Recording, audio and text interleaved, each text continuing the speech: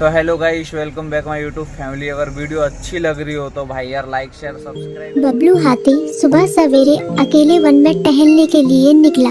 वह अपने ही धुन में चला जा रहा था। लगता था उसके दिमाग में कोई उलझन है जिसे वह सुलझाने की कोशिश कर रहा था। सड़क पर आगे बढ़ते ही उसके सामने चीकू खरगोश भागा। बबलू का पैर उसके ऊपर पड़ने ही वाला था कि चीकू जोर से चिल्लाया। उसकी आवाज सुनकर बबलू ने अपना पैर पीछे खींच लिया। कहाँ खोए हो बबलू भाई? कहीं नहीं, बस कुछ ऐसे ही सोच रहा था। किस बारे में?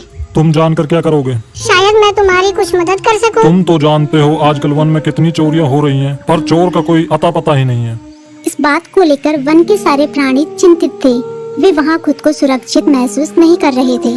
अरे चीकू भाई, हम मजबूर हैं। हम चोर को पकड़ ही नहीं पा रहे हैं। वह बहुत चालाक है और अपने काम को बड़ी कुशलता से अंजाम दे रहा है। कहीं कोई सबूत ही नहीं छोड़ रहा। हमारे राजा इस बात को लेकर बहुत चिंतित हैं। यही कारण है कि हम सब इस बारे में सोच रहे हैं। अब तुम मेरी इसमें क्या मदद कर सकते हो? मैं कुछ सोचता हूँ, हो सकता है मुझे कोई उपाय सूझ जाए। प्रयास करने में कोई हर्ज तो नहीं है। तुम ठीक कहते हो चीकू, लेकिन वन के गुप्तचर भी अभी तक इसका कोई हल नहीं निकाल सके। इतना कहकर वे चुप हो गए। बबलू की बातों ने चीकू को सोचने के लिए मजबूर कर दिया। चीकू को उदास देखकर बबलू बोला, तुम अपना मन छोटा मत करो। मुझे अच्छा लगा कि तुमने मेरी परेशानी को समझा। कभी मैं भी इस वन के लिए गुप्तचर का काम करता था।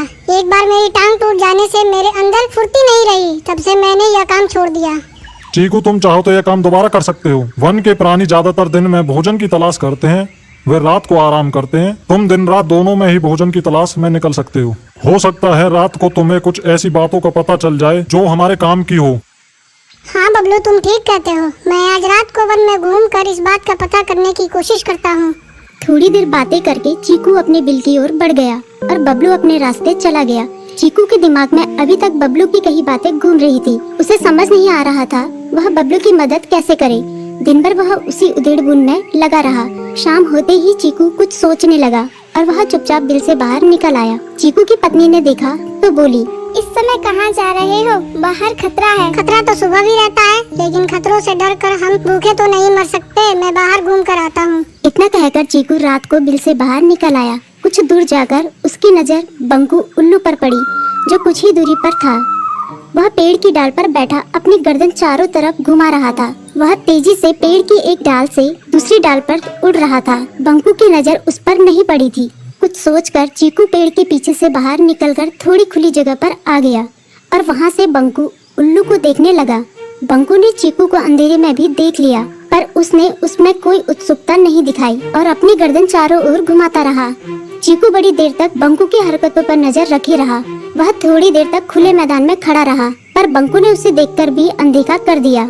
उसने महसूस किया कि बंकू के आसपास चमकू चमगादड़ भी मंडरा रहा था। कुछ देर वन में घूमने के बाद चीकू अपने बिल में लौट आया और सुबह होने का इंतजार करने लगा। अगली सुबह बबलू उसी रास्ते में जा रहा था। रास्ते में चीकू उसका इंतजार कर रहा था। आज बड़ी जल्दी आ गए बबलू। हाँ, आजकल मुझे चिंता की वजह से नींद नहीं आती। कोई नई खबर है क्या? यकीन से तो मैं नहीं कह सकता, पर मैं तुम्हें ऐसे प्राणी का नाम बता सकता हूँ जो शायद चोरों की मदद कर रहा है। कौन है वो? बंकू उल्लू। इतना कहकर चीकू ने रात की घटना उसे ज्यों की त्यों सुना दी। इसे सुनकर बबलू का माथा ठनका। बबलू की आंखें चौंधिया गई। तुम ठीक कह रहे हो। मुझे आज रात बंकू और चमकू पर नजर रखनी होगी। इतना कहकर वे दोनों अपने अपने रास्ते चले गए। बबलू रात को अपने साथियों के साथ बंकू पर नजर गड़ाए रहा। उसकी संदिग्ध गतिविधियों को देखकर बबलू ने उसे उसके साथियों चंकी और संकी लोमड़ के साथ पकड़ लिया। बबलू ने सख्ती से पूछताछ करनी शुरू कर दी। तुम इस समय बंकू चमकू के साथ क्या कर रहे हो? हम चारों दोस्त हैं, इसलिए साथ बैठकर बातें कर रहे हैं।